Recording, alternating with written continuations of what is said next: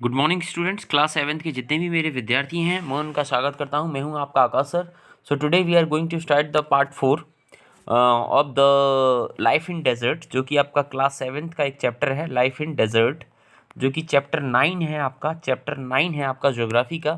तो चलिए स्टार्ट करते हैं। इससे पहले हमने पढ़ा था कि लोग कैसे थे, डेजर्ट्स के जो लोग थे वो कैसे थे, ठीक है।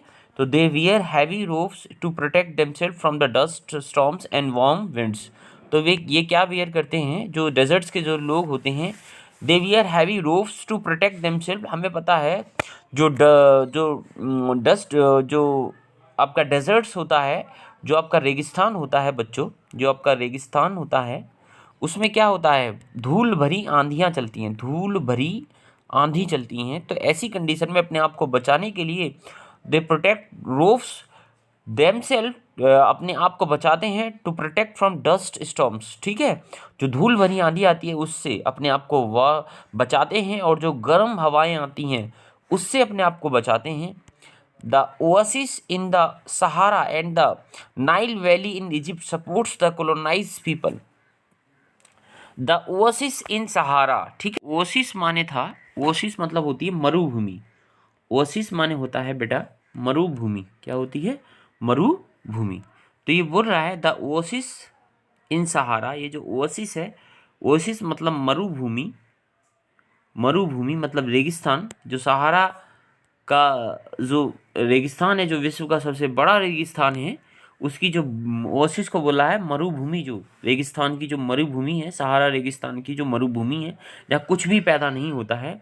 And the Nile valley in Egypt, और जो मिस्र है उसकी जो नील नदी की जो घाटी है उसके बारे में बता रहा है। Support the colonize people. इसने जो है, जो कोलोनाइज पीपल थे, कोलोनाइज पीपल कौन थे बेटा? कोलोनाइज पीपल वो लोग थे जिन्होंने किसी वीक कंट्री पर, मतलब किसी दुर्बल देश पर अपना शासन किया। ऐसे लोगों को कोलोनाइज पीपल कहा जाता है। जैसे इंडिया में कोलोनियलिज्म था ना, कोलोनियलिज्म था किसका? ब्रिटेन का। इंडिया कोलोनियलिज्म था ब्रिटेन का, यानी इंडिया पर ब्रिटेन का शासन था, क्योंकि भारत एक दुर्बल देश था और ब्रिटेन एक सक्षम देश था। उसने भारत पर आकर शासन किया, ठीक है। इसी को इंडिया में कॉलोनियल रूल कहा जाता है, ठीक है। तो सपोर्ट द कॉलोनीज पीपल, इस तरह से लोग जो आए इस सहारा रेगिस्तान से होते हुए और नील नदी की जो घाटी है उससे होते हुए। Given the ability of water and people grow date palms.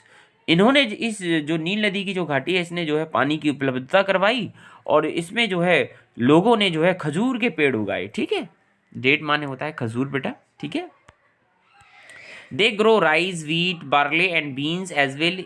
Egyptian cotton known all over the world is cultivated in Egypt. इन लोगों ने जो है चावल भी उगाए, ठीक है, और गेहूं भी उगाए, जौ भी उगाए एंड बीन्स भी उगाए। और जो इजिप्टियन कॉटन है, इजिप्ट का जो सूती कपड़ा है, वो विश्व में प्रसिद्ध है, ठीक है, विश्व प्रसिद्ध है। All over the world is cultivated in Egypt, जो मिस्र में उगाया जाता था, ठीक है।